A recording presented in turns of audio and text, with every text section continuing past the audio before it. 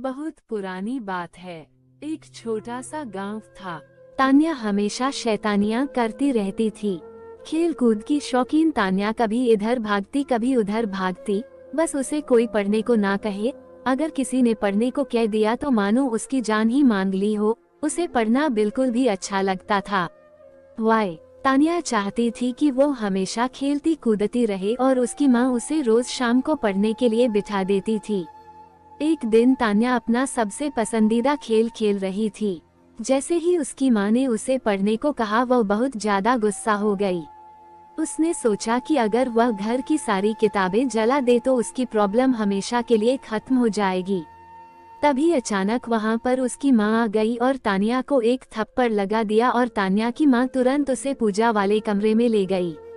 माँ ने तान्या को बताया कि जब वो लोग इस घर में आए थे तब कुछ लोग कहते थे कि इस घर में एक चुड़ैल का साया है, तो उन लोगों ने एक बड़े पुजारी को बुलाकर इस घर की पूजा कराई और उस पुजारी ने अपनी शक्ति से उस चुड़ैल के साई को इस किताब के अंदर कैद कर दिया और बोला कि कभी भी इस किताब को कोई हाथ ना लगाएं और अगर गलती से किसी ने इसे आग में डाल दिया तो यह चुड़ैल वापस आजाद हो जाएगी।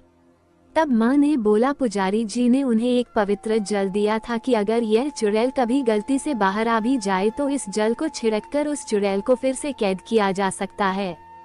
पर अब मुश्किल ये थी कि यह जल छिड़का कैसे जाए, क्योंकि वह चुड़ैल काफी गुस्से में थी, क्योंकि उसे इतने लंबे समय तक के लिए इस किताब में बंद कर दिया था। तभी अचानक वहाँ रोते बिलखते दो छोटे छोटे बच्चे आ गए और वह चुड़ैल उन बच्चों के पास शांति से खड़ी थी। माँ धीरे से कमरे से बाहर आई और उस चुड़ैल से बात करने की कोशिश करने लगी। जैसे उस चुड़ैल ने माँ को देखा, वह चुड़ैल माँ पर हमला करने के लिए भागी। माँ के हाथ में वह पवित्र जल था। उस जल को देखकर चुड़ैल डर गई और वहीं रुक गई और बोली, मेरे पर यह जल मत डालो, मेरे बच्चे फिर अकेले हो जाएंगे। माँ ने उस चुड़ैल को बड़े ध्यान से देखा और पूछा कि तुम्हारे साथ क्या हुआ था। चुड़ैल बोली, मेरे पति ने मुझे वही जिंदा जला दिया था और मेरे बच्चे भूखे बिलखते रह गए और ऐसे ही उन्होंने भी दम तोड़ दिया। बस अंतर इतना रहा कि मैं तो चुड़ैल बन गई और मेरे बच्चे भूत बन गए। तब से हम यहीं रहते थे, पर 10 साल पहले तुम आए और तुमने मुझे इस किताब में कैद कर दिया। आज मैं वापस आजाद हुई हूँ। मैं अपने बच्चों को वापस अकेले नहीं छोड़ना चाहती हूँ।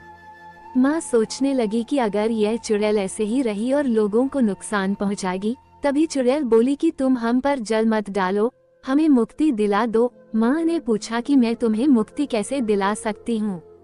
चुड़ैल बोली कि तुम इस घर के पीछे वाले नीम के पेड़ के नीचे एक हवन कराओ और मेरे बच्चों की आत्मा की मुक्ति के लिए प्रार्थना करो।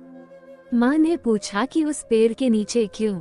चुड़ैल बोली कि मेरे पति ने मुझे यहीं जलाया था और अगर कोई उस पेड़ के नीचे हवन करता है और मेरे बच्चों की मुक्ति की प्रार्थना करता है तो हमें मुक्ति मिल सकती है। अगले दिन तान्या की माँ ने वहाँ पर एक छोटा सा हवन कराया, जिसमें उन लोगों ने उस चुड़ैल और उसके बच्चों की मुक्ति के लिए प्रार्थना करी। इससे उस चुड़ैल और उसके बच्चों को मुक्ति मिल गई और वह हमेशा के लिए वहाँ से चले गए। और तान्या को भी यह बात समझ आ गई कि हमें ऐसे सारी किताबें नहीं जलानी चाहिए और हमें पढ़ना भी चाहिए, जिससे हम अच्छे और समझ